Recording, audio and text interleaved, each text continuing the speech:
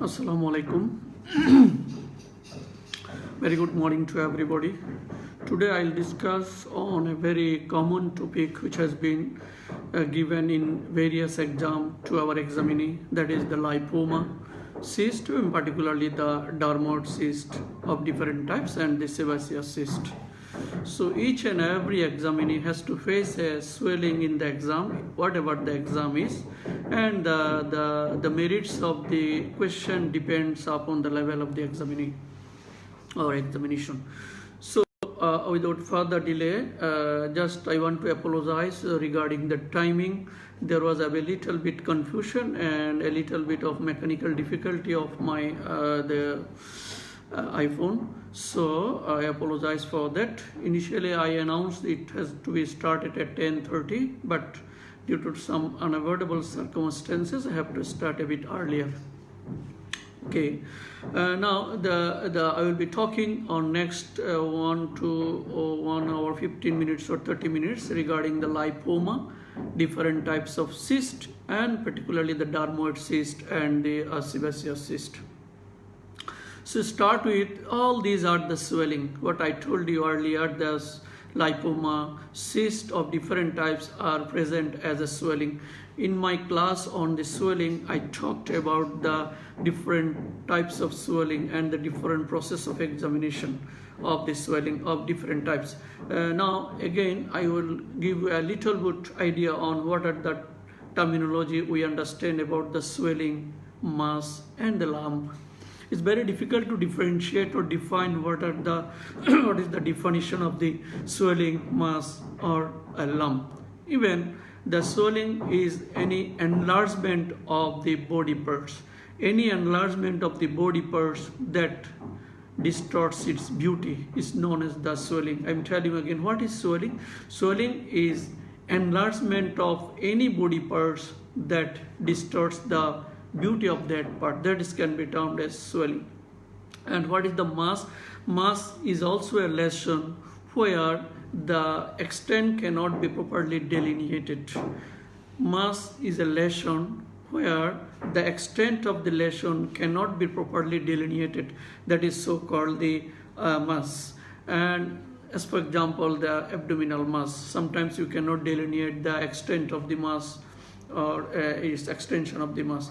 And what is lump? Lump is also a lesion within the other organ that distorts the shape or nature of the primary organ. So what is the lump? Lump is also a lesion in the other organ which ultimately distorts the shape or nature of the affected organ. As for example, the breast lump. Sometimes the breast lump is so huge that distorts the beauty or the nature or the shape of the natural breast.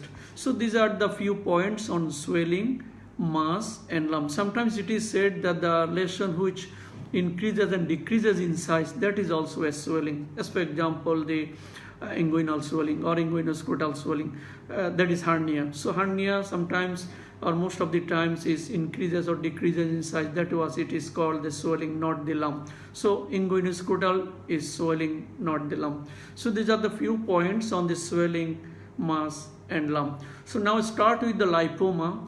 We know the lipoma is a very common tumor, most common benign tumor and universal tumor or ubiquitous tumor. So many terminology are used in the lipoma. We have to know each and everything of the lipoma as it is a very common case. So once you face a common case in the exam, question will be tougher, and if you face a hard topic on the exam, the question will be easier. So lipoma is a very common topic. Each and every alternate student has to face a swelling and in the form of lipoma, particularly in the graduate level. And in the postgraduate level, the question will vary. So I will try to discuss important question regarding the lipoma. It is very difficult to show the examination process of the lipoma, but even then I will discuss what are the questions to be asked in the exam regarding from my experience. The first question I will discuss in question answer form in most of the discussion. So the first question will be asked, what is lipoma? So lipoma, we see in the exam, the examinee confused. What is the definition of the lipoma? I'll tell you. The lipoma may be defined as a benign tumor arising from the mature fat cell. The term mature should be uttered because once the tumor arises from the mature fat cell or primitive mesenchymal cell, this is not a lipoma. So that is why once you are asked in the exam, what is lipoma? So you have to tell it is a benign tumor arising from the mature fat cell. That is so-called lipoma. So the term mature has to be mentioned. That is the most important point the teacher wants to know. So the lipoma may be defined as a benign tumor arising from the mature fat cell. So the term mature is very important. And the next question you will be asked, what is the pathology of a lipoma? So actually it may be due to hyperplasia or in a combination of hyperplasia and neoplasia. So what is the exact pathology in short about the lipoma? It may be due to hyperplasia or in combination of hyperplasia and neoplasia. So what is hyperplasia? As I told you earlier in my swelling discussion, I hope you listen that. So hyperplasia is the increase in the size of an organ due to increase in the number of cells. Once you uttered any terminology in the exam, the next question you will face from that terminology. So you have to keep in mind, hyperplasia is the increase in the size of an organ due to increase in the number of cells. And what is neoplasia? You know a very big chapter in our Robbins pathology. Even then, as I have uttered this term, even I have been asked this question in my 4th year MBBS final, still I can remember. And you know the very good definition, standard definition has been given of the neoplasia by this Sir Rupert Willis. And still I can remember I was telling to my teacher, I am telling you the Willis definition. No, you cannot tell like this. Once a definition has been given by a renowned person, you have to utter the names of this renowned person with a very caution, with all the adjective has to provide. So he is actually the Sir Rupert Willis. So that is a very standard definition of the neoplasia. He mentioned abnormal mass of tissue, the growth of which exceeds and uncoordinated with that of normal tissue, and the growth exists persistently even after the cessation of the stimuli that provokes the growth. So once you are telling the definition, that is the standard definition, you have to tell accordingly. So that is the definition of the neoplasia. So the lipoma has in combination of pathology either hyperplasia or hyperplasia and neoplasia. And the other question you may ask, does the fat of a lipoma takes part in general metabolism? Answer is no. Arthat lipoma je fat ache eta metabolism take part kore kina? Answer is no. In most of the time I will tell you I will speak on English today because most of the foreign students and the students from the abroad is requesting frequently to tell something on English. So I will try to speak on English today as a very common topic. And what is the other name of the lipoma? And you know all, it is known as the universal tumor or ubiquitous tumor. Why this is universal tumor? Because it may happen or it may arise from in any part of the body. Ubiquitous mean Bangla jodi amra boli সর্বত্র, ubiquitous শব্দের অর্থ হচ্ছে সর্বত্র. So why it is lipoma is called the universal or ubiquitous tumor? Because it may arise in any part of the body or it may occur in any part of the body. That is why the lipoma is called the ubiquitous tumor. So what are the types of lipoma? It may be of different types. It may be localized and may be diffuse. Okay, so lipoma may be localized. Once it is localized, it has got a definite capsule. Sometimes it has been asked in the exam whether the lipoma has any capsule or not. Yes, definitely lipoma has a capsule, but rarely when the lipoma is diffuse, it is diffuse type, sometimes it is devoid of capsule. Sometimes you may see the lipoma about the sacrum and it is sometimes it is capsulated and sometimes it's not capsulated. So once the lipoma is diffuse, it may be uncapsulated. So where do you find the localized lipoma? The other question may be asked, what is the color of the lipoma, or that means whether you have seen any lipoma excision or not, whether you have attended the OT or not. That is the aim of this question. And this, it is yellowish orange in color, definitely yellowish. So yellowish orange is the appropriate terminology for the color of the lipoma, of a fresh lipoma, mind it, not has been the preserved in a formalin or other preservatives, no. So once the lipoma has been excised, it is yellowish orange in color. And where do you find the diffuse lipoma? In the palm, sole, neck, and sometimes once you excise the diffuse lipoma, it may recur. So the lipoma may be localized and may be diffuse. And diffuse one sometimes devoid of capsule. In the other way, the lipoma may be superficial. You know, most of the cases, the lipoma you find in the superficial plane, not the subcutaneous plane, as for example, back or nape of the neck and the proximal part of the extremities. These are the few common sites of the superficial lipoma. And sometimes we may find the lipoma in the deeper tissue, like the intermuscular or intramuscular tissue. I will tell you later. So the lipoma may be localized or diffuse, and the lipoma may be superficial and deep. And the other one is the, you know very well, the lipoma may be single, solitary, common. So the common lipoma is very common. The other one is the multiple, more than one in number. So when the multiple lipomas are there, it is most commonly found in male, and sometimes it may be associated with the main syndrome, you know, the multiple endocrine neoplasia. So the lipoma may be single, it is the most common. Lipoma may be multiple. Once it is multiple, it is the male predominant, and sometimes it is associated with the multiple endocrine neoplasia. And the other one is the multiple lipomatosis. As I told you earlier, it is happened in the younger age group, and multiple lipomatosis is a 30% familial. So once you encounter a patient with the multiple lipoma or the lipomatosis, you have to take properly the history, particularly the family history. So once it is the family history is positive, once it is a familial, it is worthwhile to go for surgery. So until it is complicated or painful. So once you will get the lipoma multiple or the multiple lipomatosis, then you have to take the history properly, because it is a 30% familial. So multiple lipomatosis are common in female, mind it. Multiple lipoma are common in male.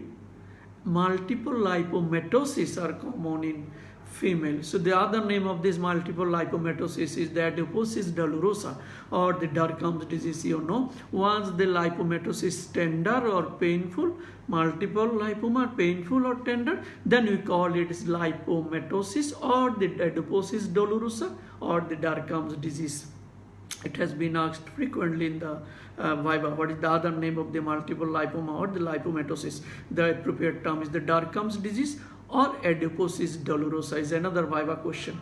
So this is lipoma, and what are the associated tissue may be incorporated with the lipomatous tissue or fatty tissue, that is associated tissue or in a combination tissue, or the non-lipomatous may be mixed with the lipoma. There are so many. The commonest one is the fibrous tissue. So once the fibrous tissue is incorporated with the lipomatous tissue, it is so called the fibrolipoma. Is one of the differential diagnosis of the lipoma. So the fibrolipoma, when the lipomatous tissue in combination with the fibrous tissue, it is called the fibrolipoma. It is the most commonest combination of the lipomatous tissue. The other one is the nevulipoma. You know the nevulipoma, the superficial venules when dilated, that is so called the nevus. We may confuse it sometimes with the varicose vein of the lower limb, particularly in the obese patient. So the telangiectasia means the superficial venules when are dilated. That is so called the telangiectasia. So nevulipoma is associated with the telangiectatic tissue, and this is known as the nevulipoma. Sometimes it is maybe combination with the neurolipoma, when the lipomatous tissue in combination with the nerve tissue, and it is painful. Mind it, I will tell you later what are the causes of pain in lipoma. Lipoma is usually painless. Most of the cases it is painless, but sometimes it is painful. So the question is, what are the causes of pain in lipoma? One of the cause is when the lipomatous tissue in combination with the nervous tissue. It is called the neurolipoma. The other one is the angiolipoma, when the lipomatous tissue in combination with the vascular tissue, and it is very tender. Sometimes is known as the myolipoma, when the muscle tissue is in combo. Sometimes the cartilaginous tissue is a chondroid lipoma.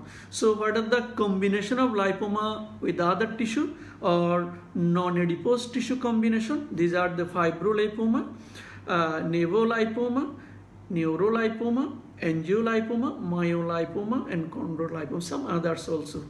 So if I show you the multiple lipoma picture, how it looks like. So I shown you this picture earlier too in my swelling classes. You see whole body are full of lipoma, whole upper limbs are lipoma, and you see Derkham's disease, adiposis dolorosa, how it looks like. So the message is, once you will find the multiple lipoma in an individual, you have to ask quite a few questions, whether it is painful or not, any symptom or not, or any family history or not. So if there is a definite family history, you have to think whether you will go for surgery or not. So these are in short overview of a lipoma. So if the question is asked, what are the causes of lipoma? Sometimes you may ask in the viva, আপনারা সবাই একটু বলবেন whether I am audible or visible, একটু kindly বলবেন whether I am audible or visible, or it is audible very clearly, please. So what are the causes of lipoma? Is not necessarily a hereditary disease. As I told you, all familial is 30%, but not always the lipoma is a hereditary one, but sometimes it is hereditary. What are the causes? So multiple lipomatosis is hereditary or familial. The other one is the Gardner syndrome. Sometimes the lipoma is associated with the Gardner syndrome, and the Derkham syndrome. So what is Gardner syndrome? I told you in my colon cancer lecture, the familial adenomatous polyposis coli and desmoid tumor associated with some soft tissue bone tumor. So those who are in the postgraduate level, sometimes you may ask in the viva, you never know what is the Gardner syndrome. FAP, that is familial adenomatous polyposis, desmoid tumor, some other soft tissue or bone like lipoma. So when the lipoma is combination with the desmoid and the what is so called the FAP, it is called the Gardner syndrome. The other one is, sometimes, I am telling you for the postgraduate level, sometimes it is claimed that there is a term known as the post-traumatic lipoma. After trauma, sometimes it may happen, the people claim that the lipoma may happen, but there is no clean-cut evidence. So it may happen that after trauma, the lipoma may happen. So what are the causes of a lipoma? It's not purely a hereditary one, but sometimes it may be hereditary or may be familial. Like I told you, Gardner syndrome, familial adenomatous polyposis coli. But some of the experts of different parts of the world claim that the trauma is a very rare factor of the lipoma. Now, what are the points to be noted during the history taking of a lipoma? As you know, all the points to be touched while we are telling you during my swelling classes. Even then, for those who are new to the classes, I will tell you again. Once you are taking a history of a lipoma or any swelling, it depends upon the location of the swelling, where the swelling is in your body or the patient's body parts. So you have to focus your history according to the location of the lipoma or location of the tumor. So every individual patient should be considered as individualized, not very common. So you have to take history properly according to your case has been given in the exam. So what are the common questions to be asked for the lipoma? When the lipoma first noticed, kokon eta prothom dekha gelo, number one. Number two, what brought the lipoma to attention of the patient? Keno she eta notice karlo. Number three, whether any symptoms or not, because the treatment depends upon the symptoms, whether any symptoms or not. And number four, any changes in the configuration of the swelling or any change in the size of the swelling, particularly very recent time, whether the lump disappear or reappear. Sometimes you may confuse with the sometimes maybe very rare lipoma or the meningocele. So in that case it may disappear or reappear when the patient had any lump in other parts of the body, because you know the multiple lipoma has not always been treated by surgery. You have to counsel the patient whether it is a familial or not. So you have to ask whether any other lipoma in any other parts of the body. Sometimes you have to ask whether he is losing any weight or not. You know, very rare the may confused with the liposarcoma. So in a liposarcoma case, patient may lose the weight. You never know whether it is a lipoma or liposarcoma. So you have to take whether the patient has been losing any weight or not. And the other one is whether he has been operated previously or not. You know, the diffuse lipoma or incomplete excision of the lipoma, particularly in the nape of the neck, it may recur. So any scar over the swelling or any previous surgery, or sometimes the liposarcoma may recur. So you have to take the history whether he has gone previous surgery or not. So these are the few points to be noted during the history taking of a lipoma. Then the next question will be asked whether the lipoma may turn to malignancy.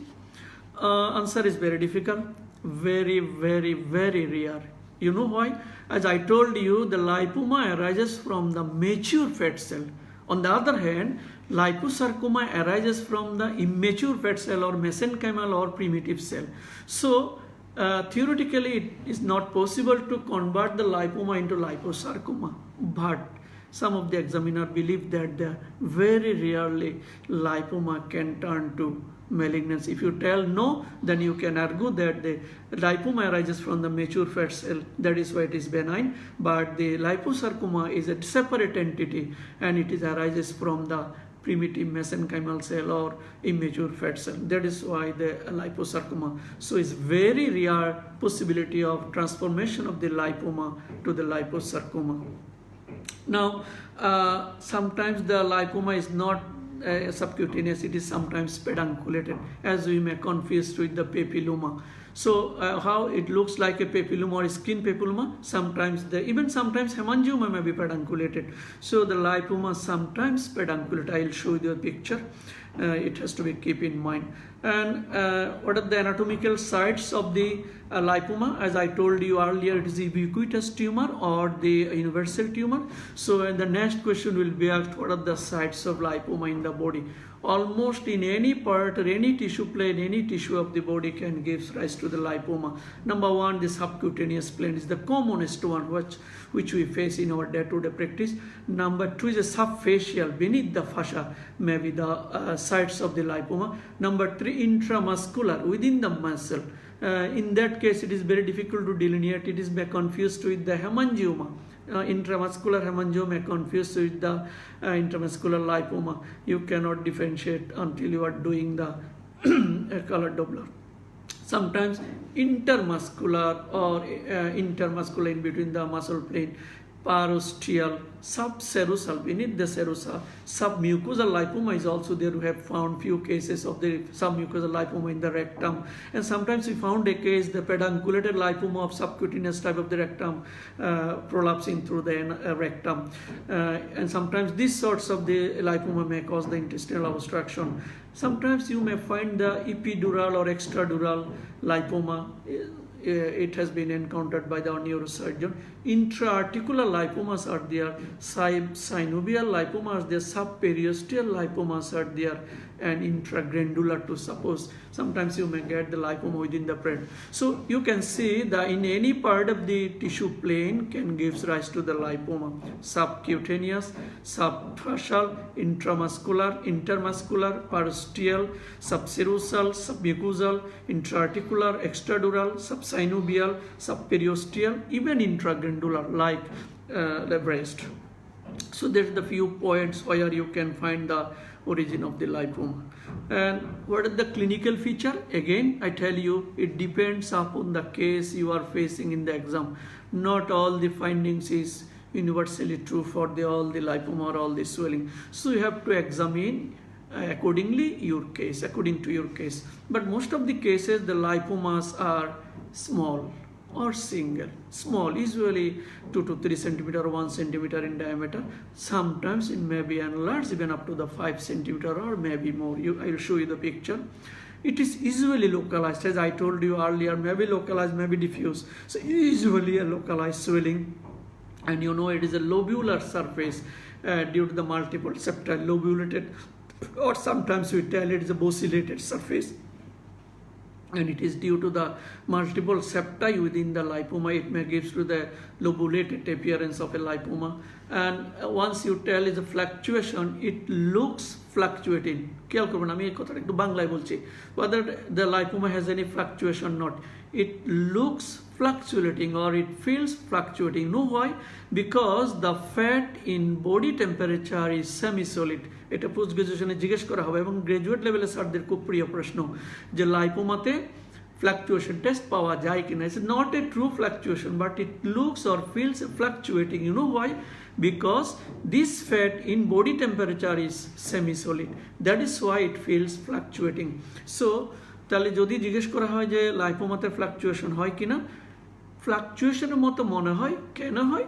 এই body ফ্যাটটা body temperature semi-solid থাকে. So the lipoma may looks fluctuating because of this fat at body temperature is semi-solid. Definitely lipoma is a mobile all around, and it is not usually fixed with subcutaneous lipoma is not usually fixed with the underlying structure until it arises from the muscle. And one of the most important sign is the sleep sign. I'll show how to elicit its sleep sign. Once we'll put your finger over the lipoma and the normal tissue. If you press, then the lipoma will go away. That is so-called the sleep sign.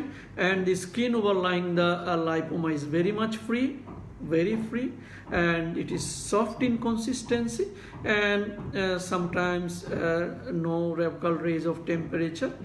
And these are the few points of the lipoma. So what the swelling, what the lipoma, skin is free. You can easily easily separate the skin, and I can show you how the sleep sign is elicited. This is the sleep sign. Sometimes the examinee put the finger over the swelling. No, you cannot do like this. Where it will sleep? You have to give the space. So you place your finger, some part of your index over the swelling and some part is a normal tissue at the margin. You have to put your finger at the margin. Then you press, then the lipoma will sleep, if it is lipoma really. So that's how you can elicit your sleep sign. So two important points has to be noted. The skin is free and the sleep sign is positive in case of the lipoma. And as I told you earlier, what are the causes of pain in lipoma? Usually lipoma is a painless. Usually lipoma is a painless. But when it becomes painful, number one, as I told you earlier, when it is associated with the neural component. When the fatty tissue in combination with the neural tissue or neurolipoma, that is may be painful. Or when the lipoma may compress the nerve tissue or any other organ, that may give to the pain. And when it is in combination with the vascular tissue, that is the angiolipoma. You know the angiolipoma is very much tender. So what are the causes of pain? If in combination with the nervous tissue, or if when the lipoma presses the nerves or any other parts of the body. And number three, when the lipoma is in combination with the vascular tissue. These are the causes of the pain in lipoma. What are the differential diagnosis of the lipoma? Is very easy. Neurofibroma. If the lipoma is multiple, it's a neurofibromatosis is the commonest differential diagnosis if it is multiple. Or if it is single, it is a neurofibroma. Number two, the dermoid cyst or sebaceous cyst. I will tell you later. Maybe liposarcoma, maybe fibroma, or maybe any soft tissue tumor of the body. So a lot of differential diagnosis of the lipoma you have in your hand. So if you tell the neurolipoma in a postgraduate level, why not? Or why not it is a neurofibroma? The question will be like that. It's not so easy. So you have to tell the differential diagnosis according to your knowledge, which you can differentiate from the lipoma. So if you tell the neurolipoma or the neurofibroma, why it is not a neurofibroma, then teacher will be asked. Then you know the neurofibroma, lipoma can move in all direction, both longitudinal, horizontal, oblique, in all direction. But you know the neurofibroma nerves tissue usually goes along the longitudinal axis of our limbs. So if in a limb the neurofibroma does moves horizontally but not in longitudinal direction. On the other hand, lipoma moves in all direction, both longitudinally and horizontal, but neurofibroma moves horizontally side to side but not longitudinal direction. Number one. Number two, lipoma may be soft or may be firm, but the neurofibroma is usually firm in consistency and it is painful and tender. Lipoma is painless and non-tender usually. So these are the differentiating point. Neurofibroma does not move longitudinally, it is firm in consistency and it is painful and tender. So that's how you can differentiate from lipoma and the neurofibroma. How can you differentiate from the dermoid cyst and sebaceous cyst? I will tell you later when I will discuss the dermoid and the sebaceous cyst. And the liposarcoma, you know the features of metastasis, weight loss, heart fixity, so many points are there. And the next question will be asked, do you want to perform any investigation for the lipoma? It is usually the clinical diagnosis. Once the lipoma is subcutaneous stuff, it's very easy to diagnose clinically. Even then, sometimes we need to do the investigation. What are the investigation to be performed? Either you can do the ultrasonography of the swelling or affected part and MRI sometimes. So the next question will be asked, when you will advise ultrasonography or MRI? Usually CT is not very sensitive for the lipoma, but ultrasonography and MRI is the choice of investigation or choice of imaging. When you will advise when you will do the ultrasonography or MRI for a lipoma or lipoma, when the lipoma is in the deeper plane, or we cannot clinically delineate the origin of the lipoma, or when we are confused with the lipoma or liposarcoma. In that case, we may take the advice or help of the ultrasonography or what is called the MRI. So in that case, the MRI is very sensitive as well as specific for the lipoma, particularly in the deeper tissue. And the other investigation may be FNAC or TrueCut or excision biopsy. So keep in mind, once you are doing imaging and FNAC for the same person, same disease, you image first. Imaging is first. If you want to do the MRI or ultrasonography, do the MRI or ultrasonography first, then go for the FNAC. You know why? It's a very important question. Or you will face a problem if you do the FNAC or TrueCut first, then MRI. Because once you are doing the TrueCut or FNAC, that gives some sorts of trauma or bleeding into the swelling that may distort the typical findings of the what is called MRI or ultrasonography. That is why once you are doing any swelling of a limb, MRI first to delineate its origin or the tissue plane, and after that, if you need, you can do the FNAC or TrueCut. So imaging is a first, then the intervention, either FNAC or TrueCut. So you have to keep in mind. And it is said that even lipoma or liposarcoma can clearly be differentiated by the MRI, even almost specific and sensitive as that of your TrueCut or FNAC. So MRI is so important for the limb swelling once you are at a confusion of its nature and its origin. So how it looks like on ultrasonography, I can show you. You see, this is the ultrasonography picture of a lipoma. Is very, very clearly delineated, and it is said it is sometimes hypoechoic or hyperechoic, sometimes isoechoic. So it is a matter of a radiologist. So this is the lipoma. Sometimes the lipoma in sonography is isoechoic or hyperechoic or hypoechoic. And the other important findings, if you do the Doppler of the lipoma, it is almost bloodless, no vascular flow on Doppler. And you see that is a shoulder lipoma looks in MRI is very clearly delineated on MRI T2 image or sometimes in T1 image. So that's how the lipoma looks like on MRI and sonography.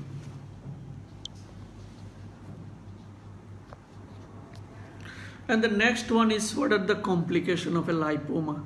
It is usually asked in a graduate level, or in the other way, the sarara jigesh korben je operation na korle ki oshubidha.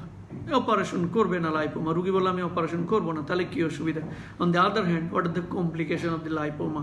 You know very well, is one of the common complication of the is the myxomatous change. You know the myxomatous change, once you will tell you any terminology, the question will be asked accordingly. So what is myxomatous change? Actually myxomatous change, the disruption of the stroma of the lipoma due to the accumulation of the glycosaminoglycan. When the glycosaminoglycan is deposited in the stroma of the lipoma, that is called the myxomatous change, just in short. And sometimes saponification, you know the better than me, the when the deposition of soap is called the saponification. And in lipoma, when it is traumatic fat necrosis, is also considered as the saponification.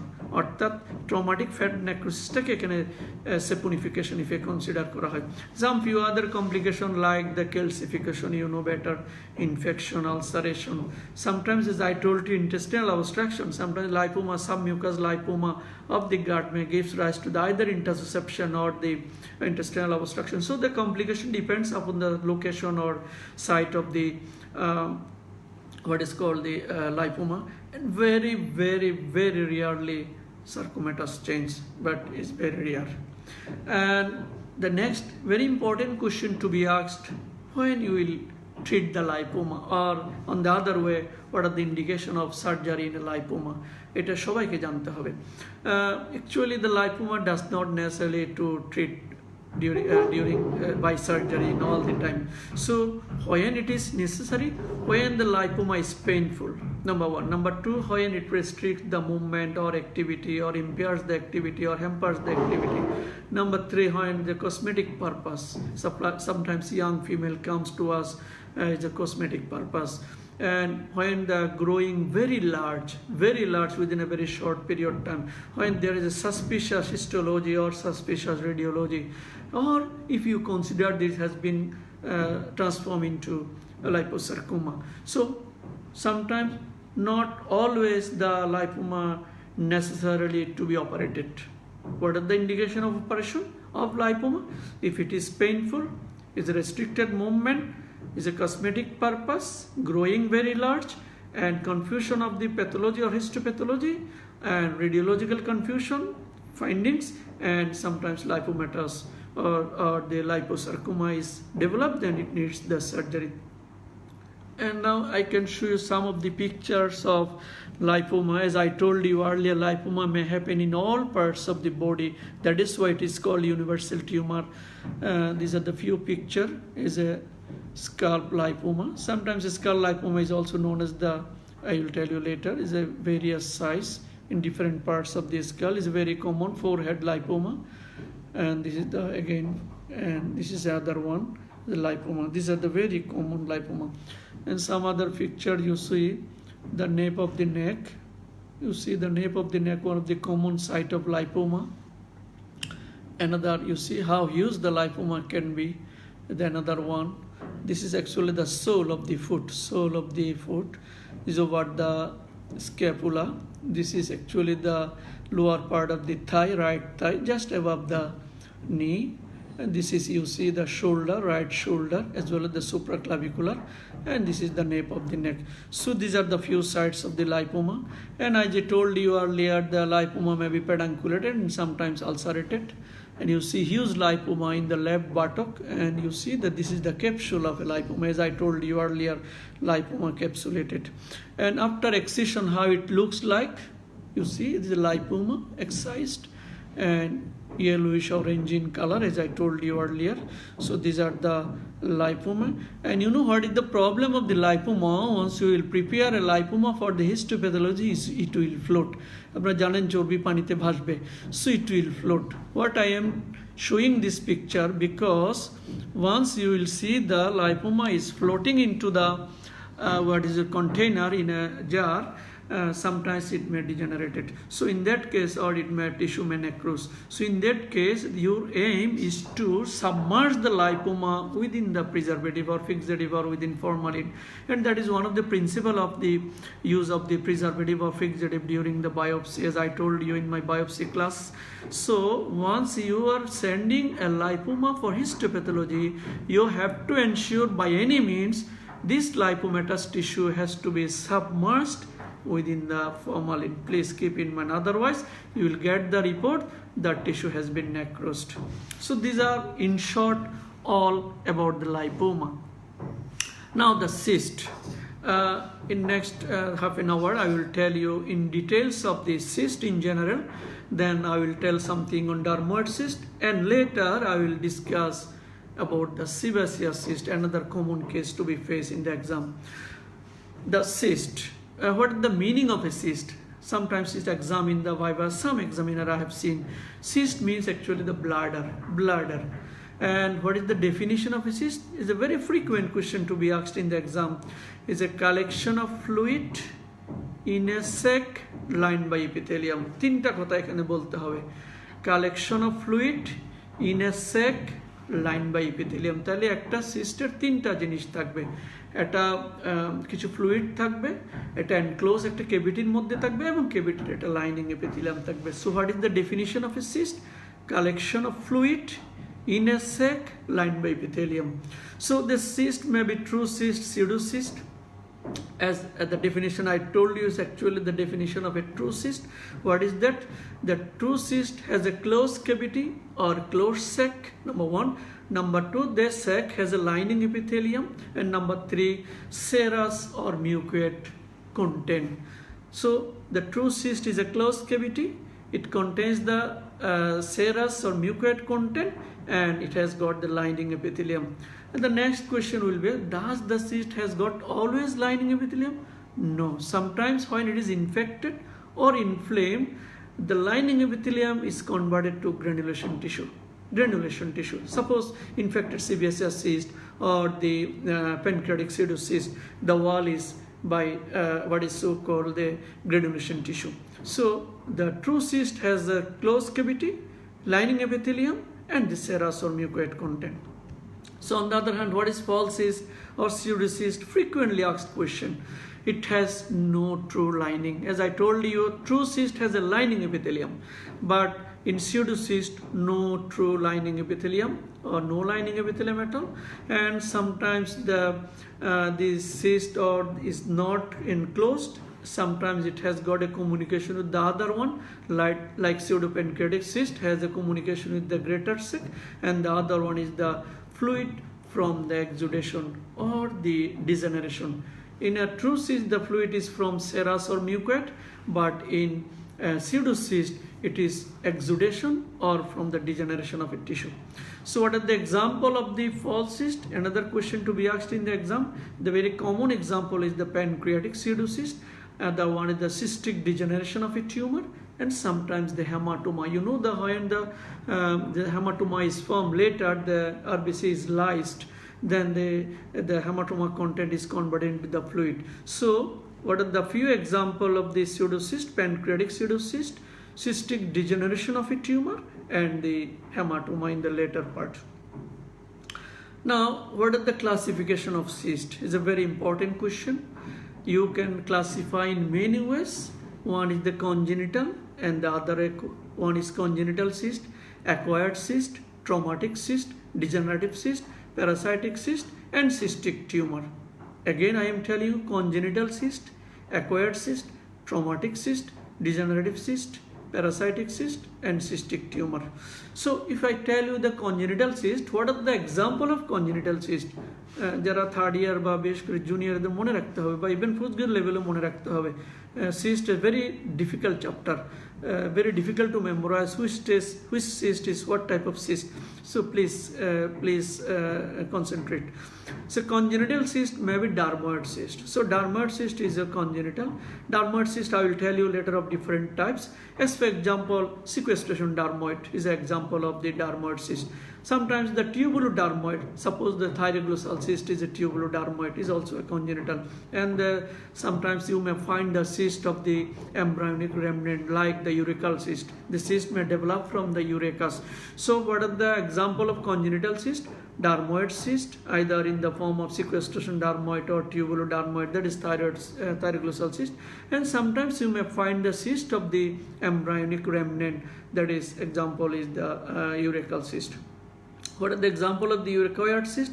Very common example is the retention cyst. You know the retention cyst, when the duct is blocked, when the duct of a gland is blocked, then the secretion is retained and it gives rise to the retention cyst. And commonest example is the sebaceous cyst. I will tell you later. Number 2 is the Bartholin cyst of the female, and number 3 epididymal cyst. Sometimes you may find the retention cyst of the minor salivary gland in our oral cavity or in the inner side of the lip. This is also a retention cyst of the minor salivary gland. So acquired cyst may be retention cyst, number 1. Number 2, it may be distension cyst, as for example lymph cyst, ovarian cyst, or the colloid goiter is also a cyst. So the distension cyst example is the lymph cyst, ovarian cyst, and the colloid goiter. Number 3, exudation cyst. The bursa in and around the joint or the important friction part of the body. Bursa is also the exudative cyst. Sometimes the hydrocele is also a cyst. It's type of exudative cyst and pancreatic pseudocyst. So these are the few examples of the acquired cyst. What is traumatic cyst? As I told you earlier, the hematoma in the later part may be a cyst or false cyst, I should say. So hematoma is also a cyst. Degenerative cyst, when the cystic degeneration of a tumor may happen in the later part of the tumor or the central part, then it is a degenerative cyst. Parasitic cyst example, the hydrated cyst, very common, and the cystic tumor like the dermoid cyst of ovary. So these are the few types of the cyst and their example. আপনাদেরকে এটা মনে রাখতে হবে. And now what are the effects of the cyst? And the other way, what are the complication of a cyst? The most common complication is the pressure effect. Pseudopancreatic cyst is in the lesser sac.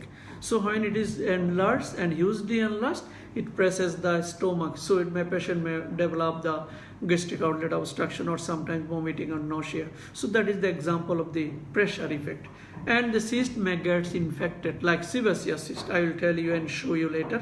Number 3, sinus formation or fistula formation like thyroglossal fistula. Once the patient is maltreated, when the thyroglossal cyst is maltreated with an only incision, that may give rise to the fistula. So these are the few complications. May pressure effect, may give rise to the infection, may give rise to the sinus or fistula. Sometimes the hemorrhage may happen within the cyst like ovarian cyst. Sometimes the hemorrhage, sometimes it may be torsion.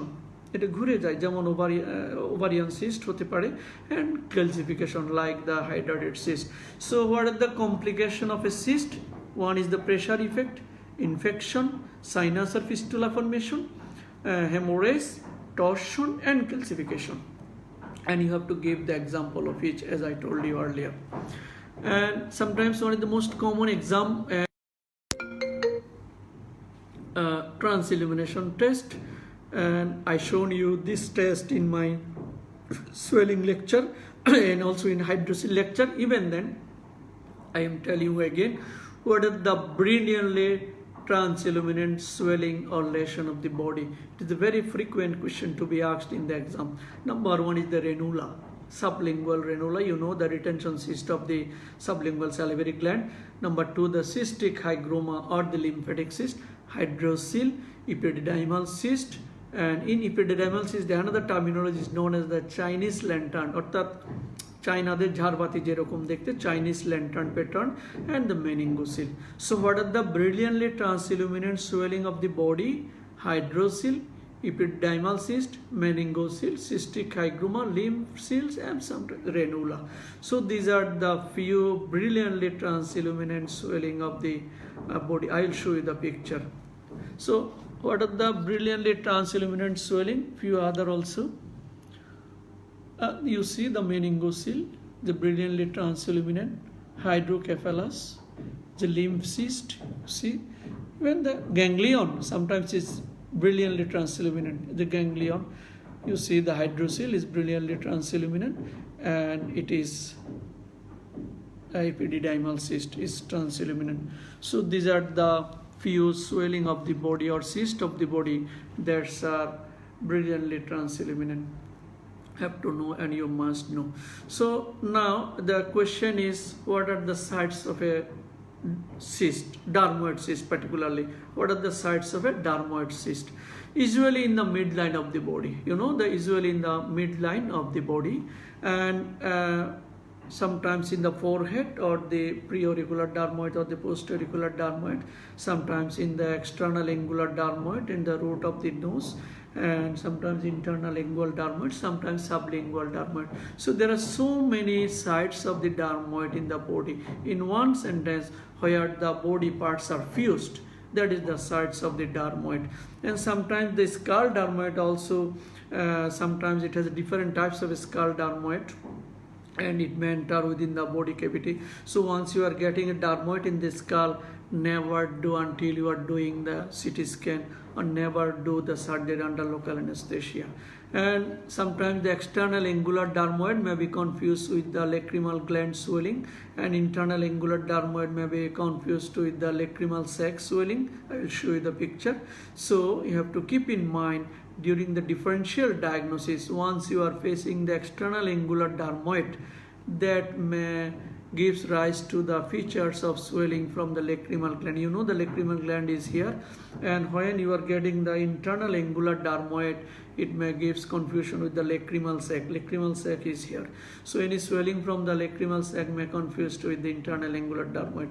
Once you are getting the dermoid in the root of the nose, it may confuse with the what is so called any swelling from the frontal sinus. So you have to keep in mind during your, it is called the mucocele of the frontal sinus, or sometimes the lacrimal sac, as I told you. And what are the content of the dermoid cyst? The contents are putty material. It is also asked in the exam. Putty means আসলে কি বলবো, এই যে putting, আমাদের যে ডিমের putting বানায় ওইরকম একটা feelings, the putty materials, and sometimes there is the hair follicle, sebaceous gland, sweat gland, many other things. What are the clinical feature of a dermoid cyst? It is smooth, soft, as I told you, non-tender, usually fluctuant. And how can you elicit the fluctuation of a very small dermoid cyst? It is known as the Paget's test. I will show you. You have seen this case also before. So in a small swelling, particularly the cystic swelling, you have to elicit the fluctuation test by Paget's test. As I told you earlier, once the skull dermoid may be of different types, as I show you picture, the skull dermoid, external angular dermoid, internal angular dermoid. What I am showing with the picture, you see the lacrimal gland. It is the site of lacrimal gland. So external angular dermoid may confuse with the lacrimal gland swelling. This is the internal angular dermoid. It may confuse with the lacrimal sac. And sometimes you may find the root of the nose, that is the mucocele of the frontal sinus. It may confuse. So in this part of the body, if you find any swelling, you have to evaluate it properly, and never do the surgery under local anesthesia. Must be done under general anesthesia. And as I told you earlier, there are the different types of the skull dermoid. It is cyst outside the skull bone. It is just indented the skull bone. It is enters within the cranial cavity, but extradural is what is so called the collar stud, like a collar stud, and it is within the cranium. So why I am showing you the picture, you have to be very cautious once you are facing the dermoid in a skull. Until you are imaging properly, or you are not sure about the site of location, extension of location of the dermoid, never intervene. It's better to refer the case to the neurosurgeon. And the other one is the root of the nose. As I told you earlier, it may confuse with the mucosal of the frontal sinus. It may confuse with the lacrimal gland swelling. It may confuse with the lacrimal sac. You see, this is the sublingual dermoid. It is a midline swelling. You see the dermoid, and very common is the postauricular dermoid is another common. So these are the few sites and pictures of the dermoid you have to keep in mind. And I told you earlier what are the clinical feature is a very smooth, soft, non-tender, and a fluctuant, and it has to be elicited by the Paget's test, and it is no transillumination because it's a putty material. Skin is usually filled. Dermoid skin is free, but the sebaceous skin is not free. mind it. It is another differentiating point. In sebaceous teeth you will find a punctum. In dermoid you will not find a punctum. So there are few differentiating points. I will show you later. The last slide will be how can you differentiate a sebaceous cyst from the dermoid. So the dermoid is smooth, soft, non-tender, fluctuant, non-transilluminant, skin is free, and it is adhered sometimes with the deeper plane, and impulse on coughing is there if it is extended in the body cavity like intracranial extension, and indentation test is positive. আপনি যদি এখানে চাপ দেন একটা indentation হয়ে থাকবে, সেটা indentation sign is positive, and surrounding the dermoid there may be bony indentation, not erosion. Sometimes the people say it is a bony erosion. Actually the term erosion is used for the malignant one, and the indentation is for the benign one. So in a dermoid, bony indentation, not the bony erosion. So please keep in mind. And what are the differential diagnosis of a dermoid? Is sebaceous cyst or lipoma. And what are the investigation do you need for a dermoid? Definitely a plain X-ray of the skull or affected part in all views. So the commonest investigation is the skull. Why do you see the X-ray? To see the bony indentation and sometimes to see the extension. Most important is the CT or MRI, particularly CT with the three-dimensional view, particularly to see its extension or exact location. Sometimes we may need the FNAC for the histological diagnosis.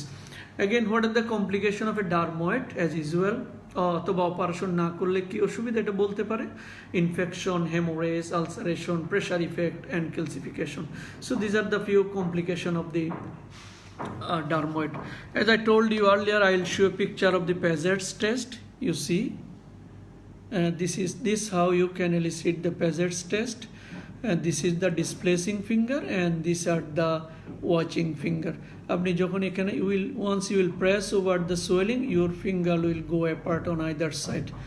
If you show the schematic diagram, you see you will put your finger on either side of a swelling. Once you will press, then your finger go away. So this is called the fluctuation of a what is called the small cyst. But on the other hand, in the hydrocele, you have to see the fluctuation in this way. You have to put your finger like this. You will press diagonally opposite. You will press this, you will feel here. You will press this and feel here. So that's how you can elicit the fluctuation test of a different types of swelling. এটা করে দেখাতে হবে. And the another picture is, as I mentioned, very emphasized. I have given you very emphasized on the imaging of a dermoid cyst of a skull particularly. So you see why it is important.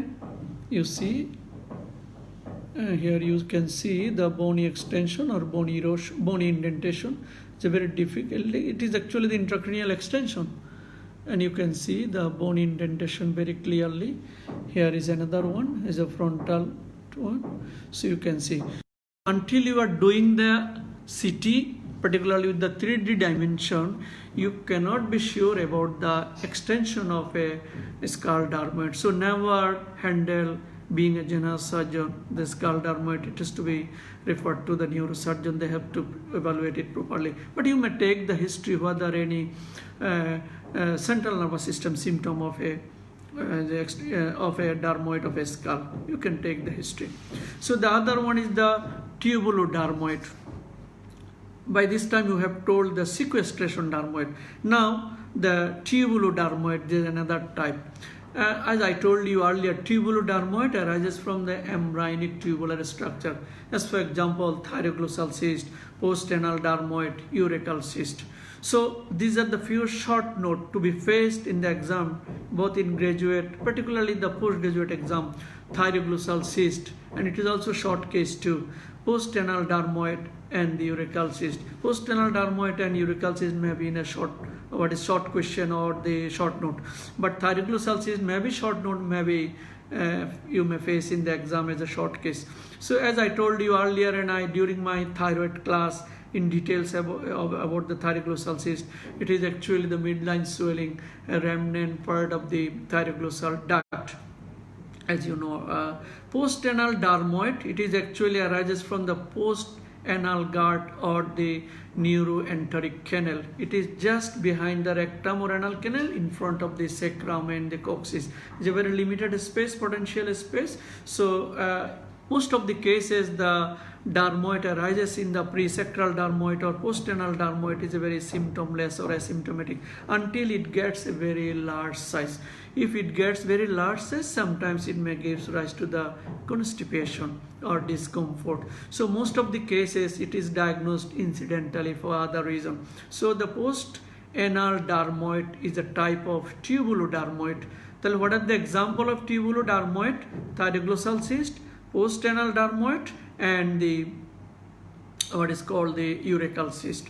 Post-anal dermoid is usually asymptomatic. It usually arises from the neuroenteric canal or the post-anal gut, and if it causes the symptom, it is in the form of constipation, and most of the cases it is diagnosed incidentally, difficult to operate. Sometimes you may need to excise some parts of the sacrum or the coccyx, so very difficult to treat. And urachal cyst, as I told you earlier, it is from the urachus, from the persistent part of the remnant of urachus, and it is actually the lower midline swelling of the abdomen.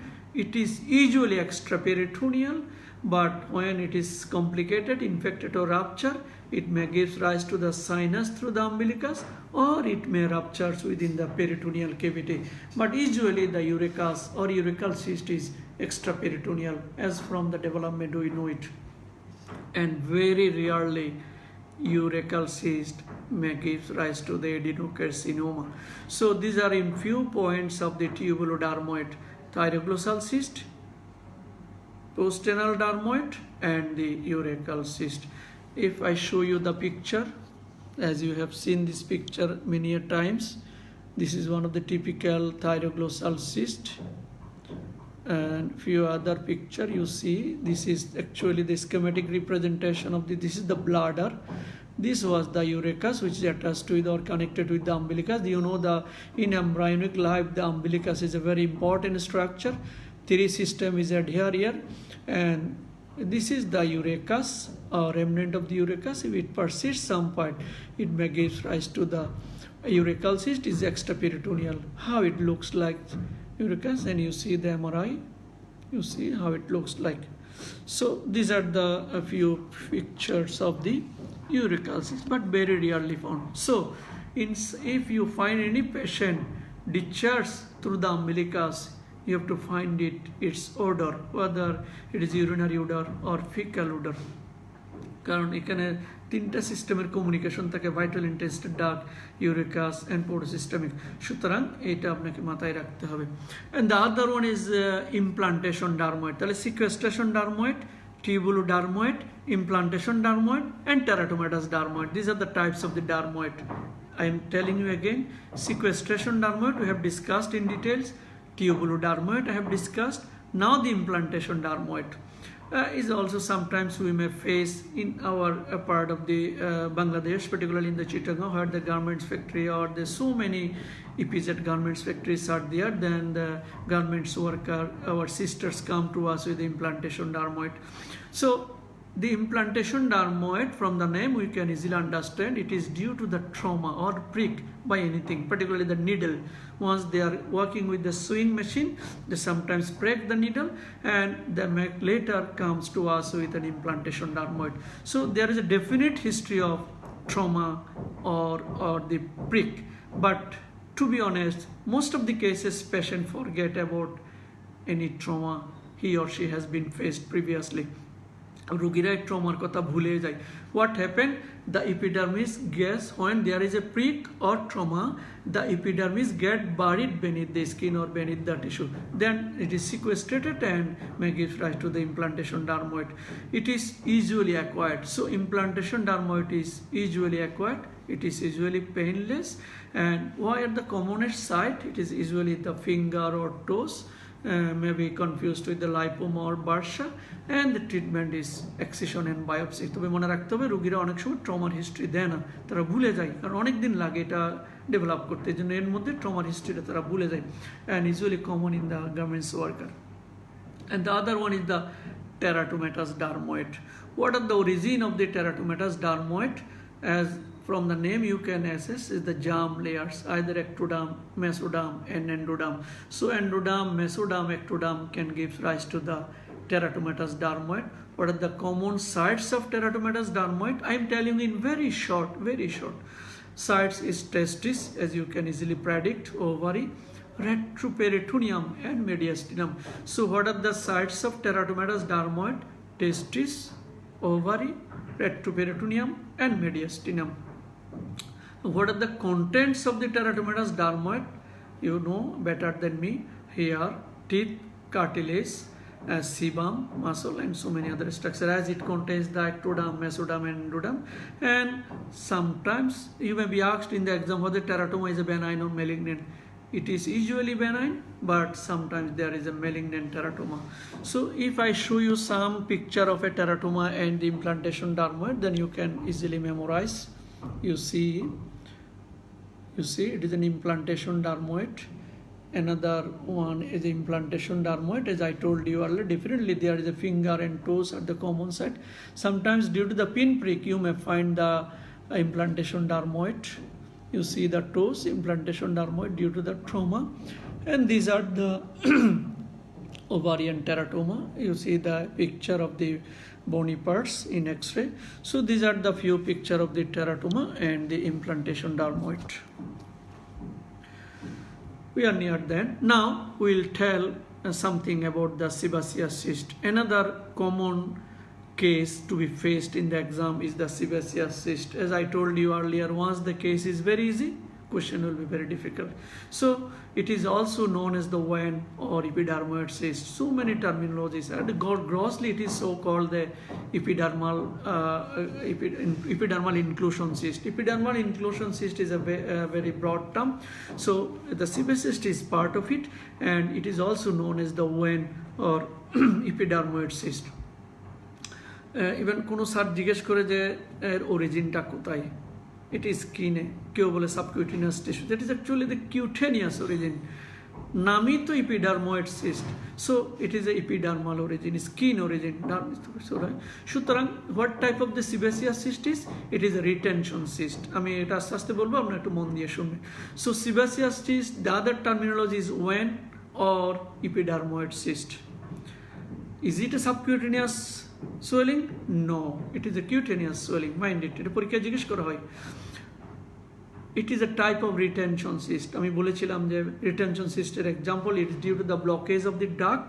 So the sebaceous cyst is one of the best example of the retention cyst. পরীক্ষায় জিজ্ঞেস করা হয় যে retention sebaceous কোন ধরনের cyst? It is a retention cyst. Why it happened? There are so many theories. Just for the juniors, you just remember blockage of the duct of the sebaceous gland. You have to remember this theory. And it is, as I told you earlier, the sebaceous cyst is dermal origin, not the subcutaneous origin. And where the duct of a sebaceous glands open, the glands or the duct of a sebaceous gland may open directly into the skin or in the root of the hair follicle. I am telling you because it's important. I will tell you later why it is important. The gland of that is sebaceous gland duct is either open directly into the skin or within the hair follicle. What are the commonest sites of sebaceous gland? Face, scalp, scrotum, body, many other parts. Where do you not find any sebaceous cyst? In the palm and sole. Sole or palm e সাধারণত sebaceous gland হয় না. You may ask why? Because there is no sebaceous gland in the palm and sole. That is why you may not find the sebaceous cyst in the palm and sole. What are the content of the sebaceous cyst? Again, it is a putty material, yellowish white cheesy material. It's a very unpleasant odor. Yellowish white cheesy material. In dermoid cyst also putty material. That is why you will find the indentation test both in dermoid cyst as well as in the sebaceous cyst. And the sebaceous gland has a lining epithelium, that is a squamous epithelium. These are the few points in general of the sebaceous gland. And what are the clinical features? It is usually painless, smooth, soft, non-tender, and alteration to the skin may happen if it is infected. If it is infected, it is painful. You may find the fluctuation, may not find the fluctuation. Usually you may find the fluctuation, and indentation side is positive, no transillumination. আমি আবার বলছি, is usually painless, but once it is painful, it is infected. Smooth surface, soft, non-tender usually, but once it is infected, it is tender.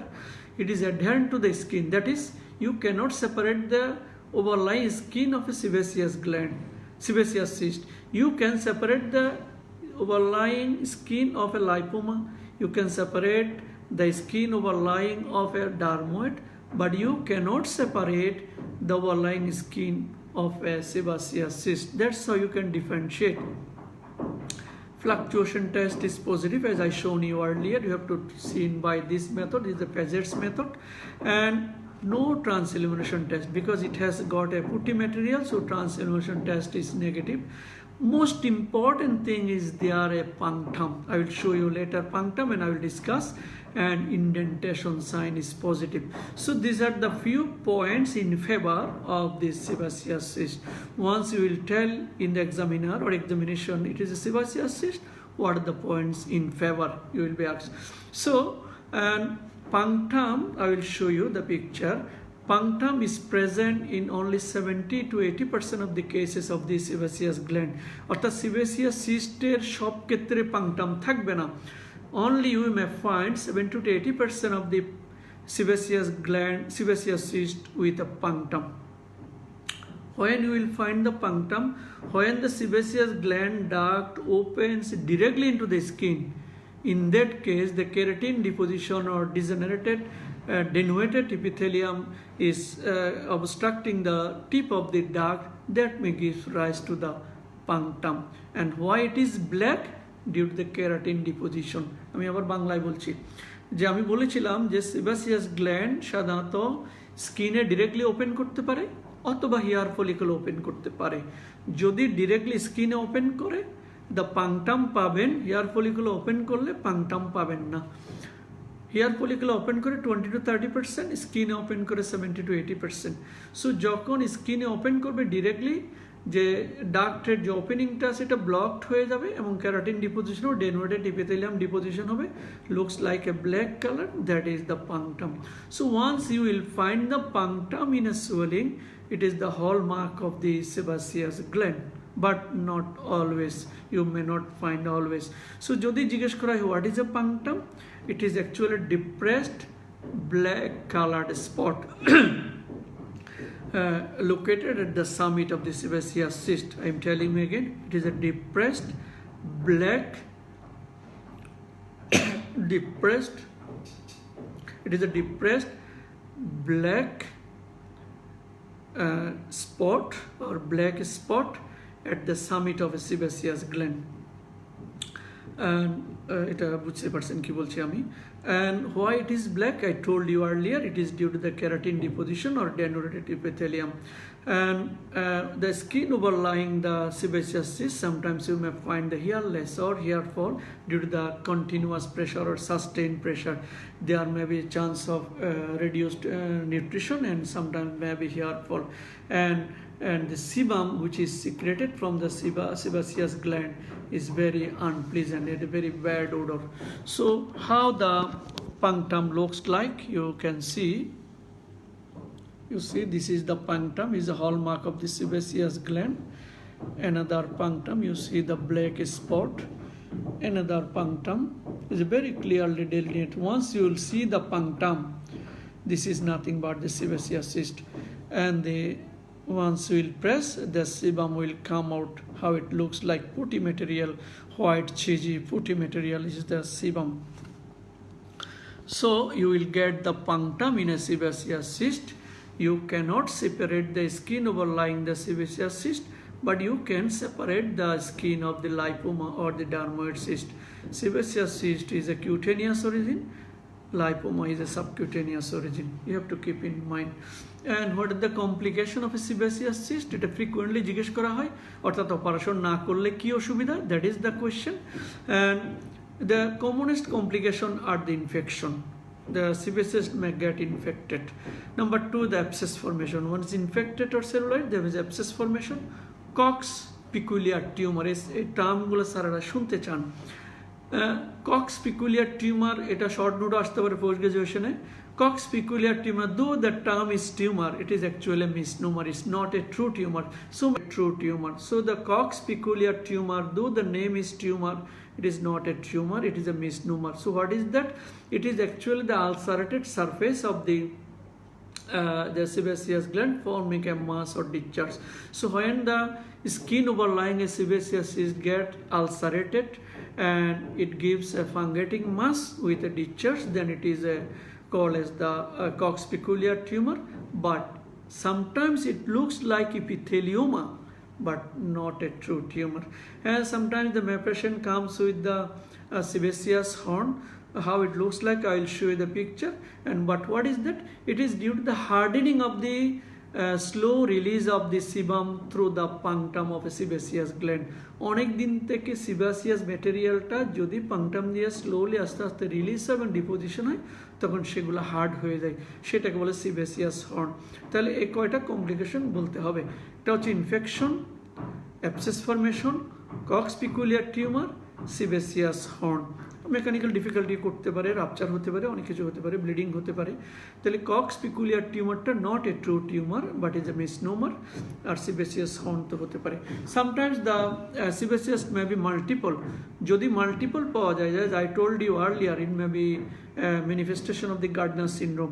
সুতরাং সেটা একটু খেয়াল করতে হবে। Once you are getting the multiple sebaceous cyst, other combination of the Gardner syndrome as I told, familiar adenomatous polyposis কোলাই or the desmoid or the bony tumor আছে কিনা এটা দেখতে হবে। and what are the peculiarities of the sebaceous cyst of the scrotum or the skull? এটা পরীক্ষায় খুব frequently জিজ্ঞেস করা হয় যে স্ক্রোটামের sebaceous cyst আর অন্য জায়গায় sebaceous cyst এক কিনা। না, there are some difference. It is, what are the peculiarities of scrotal sebaceous cyst? Scrotal sebaceous cyst is usually multiple, number 1. Number 2, it has no punctum. আমি আবার বলছি যে স্ক্রোটামের সেবাসিয়াস সিস্টের কোনো পাংটাম থাকে না এবং সেটা ইউজুয়ালি মাল্টিপল হয়, এটা একটু মনে।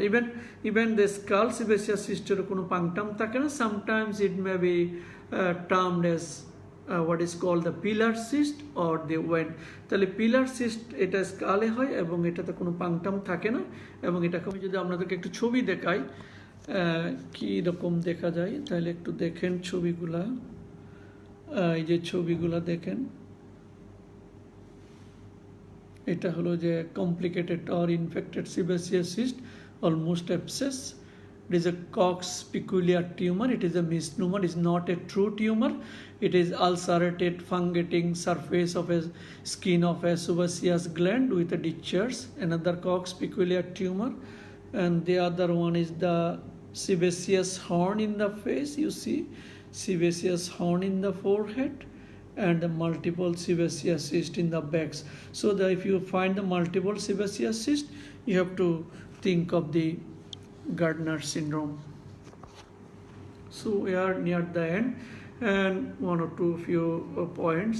What are the peculiarities of scrotal cyst? I told you earlier, multiple, and sometimes it is calcified. So scrotal sebaceous cyst multiple, calcified, and sometimes it is so numerous in number, it is called the strawberry scrotum. যখন আপনি স্ক্রোটামে অনেকগুলা sebaceous cyst scrotame ekshate pan, it is called the strawberry scrotum. In that case, you may need to the partial scrotectomy or the total scrotectomy followed by reconstruction. অর্থাৎ আমি এটা বাংলায় বলি যে scrotal sebaceous cyst এর peculiarity কি কি, এগুলো মাল্টিপল হয়, ক্যালসিফাইড থাকতে পারে, এবং যখন অনেকগুলো একসাথে থাকে এবং এটা পাংটাম থাকে না, এবং যখন অনেকগুলো একসাথে থাকে তখন এগুলোকে বলা হচ্ছে যে স্ট্রবেরি স্ক্রোটাম। যদি স্ট্রবেরি স্ক্রোটাম থাকে তাহলে স্ক্রোটামে কেটে ফেলে দিতে হয় এবং টেস্টিসটাকে রিকনস্ট্রাক্ট করে বারিট করতে হয়। তাহলে আমি যদি একটু ছবিটা দেখাই তাহলে আপনারা দেখতে পাবেন, you see the multiple sebaceous cyst of scrotum. আপনি একটা একটা করে এখানে এক্সারসাইজ করতে পারবেন। You have to need scrotectomy. এটা নর্মাল একটা sebaceous single with a punctum. You see quite a few, 3 or 4 in number in the scrotum. You see এটা কাউন্ট করা যাচ্ছে না এত বেশি, এবং এটা একটা single pilar cyst. As I told you earlier, there is no punctum. If you have a very close look, you see there is no punctum at all, no punctum at all. So আপনাকে জানতে হবে যে what are the peculiarities of sebaceous cyst of scrotum. Punctum থাকবে না, calcification হতে পারে, multiple থাকতে পারে। And lastly I will tell you the differentiating point of the sequestration dermoid and the sebaceous cyst. আমি এটা দেখাই আপনাদেরকে, অনেকগুলো পয়েন্ট আছে। occurs in the what is called the fusion line, যে সিকুয়েস্ট্রেশন ডার্ময়েডটা হবে সাধারণত ফিউশন লাইনে, সেটা মিড লাইনে হতে পারে, অথবা যেগুলো বোনি পার্টস বডিতে ফিউশন হয়, এটাই আমার লাস্ট ডিসকাশন, যে সেখানে হতে পারে। তাহলে সিকুয়েস্ট্রেশন ডার্ময়েডগুলো হবে ফিউশন লাইনে, either in the mid line or in any part. কিন্তু যে সিবাসিয়াস সিস্ট হবে যে কোনো জায়গায় হতে পারে, কিন্তু পাম আর সোল ছাড়া যে কোনো জায়গায় হতে পারে, নাম্বার ওয়ান। নাম্বার টু, যে সিকুয়েস্ট্রেশন ডার্ময়েডের স্কিনটা ফ্রি থাকবে, আমরা বলেছিলাম আগে, but in sebaceous state you may not find the skin free, number two. Number three, যে sequestration dermoid may extend into the body cavity, but in sebaceous state it usually not extend, it is usually in the cutaneous origin. Number two, the sebaceous state has got a punctum, but you will never find a punctum in the sequestration dermoid. And there is a bony indentation in a sequestration dermoid. If you find a postauricular dermoid, you may find the bone indentation, but in a sebaceous state you will never find a bone indentation. Number two, sebaceous cyst is not always is usually mobile until it is infected, but the sequestration dermoid you may not find easy mobility because it may get adherent with the deeper tissue or may get to the intracranial or intracavitary extension. So you may need to delineate the extension of a sebaceous cyst either in the of a dermoid, either with CT, MRI or the ultrasonography. But for the sebaceous cyst, you don't need any imaging at all, and excision may be done under general anesthesia of a dermoid cyst. But sebaceous cyst, you may do it local anesthesia. So these are in short discussion of the lipoma cyst, particularly the dermoid cyst of different types and sebaceous cyst. I hope you enjoyed. আমার এই discussion থেকে যদি আপনাদের সামান্যতম উপকার হয় তাহলে আমি কৃতার্থ হব। আশা করি আপনারা ভিডিওটা আমি ইউটিউবে আপলোড করে দিলে তখনও দেখতে পাবেন, এবং যারা আমাদের জুনিয়র স্টুডেন্ট আছে ওরা আমাকে অনেক প্রশ্ন করে অনেক সময়, যে যেটা আমি বলেছি সেটা আবার আমাকে কোয়েশ্চেন করে। সো আমি তাদের জন্য বলবো, ইউটিউবে যখন আমি আপলোড করব আপনি এটা পজ দিয়ে বারবার দেখেন অথবা এটা নোট করে রাখেন, তাহলে এটা আপনার পরীক্ষার সময় কাজে লাগবে। So thanks for watching and thanks everybody. I hope you will enjoy it and you will enjoy my next class. So until then, goodbye.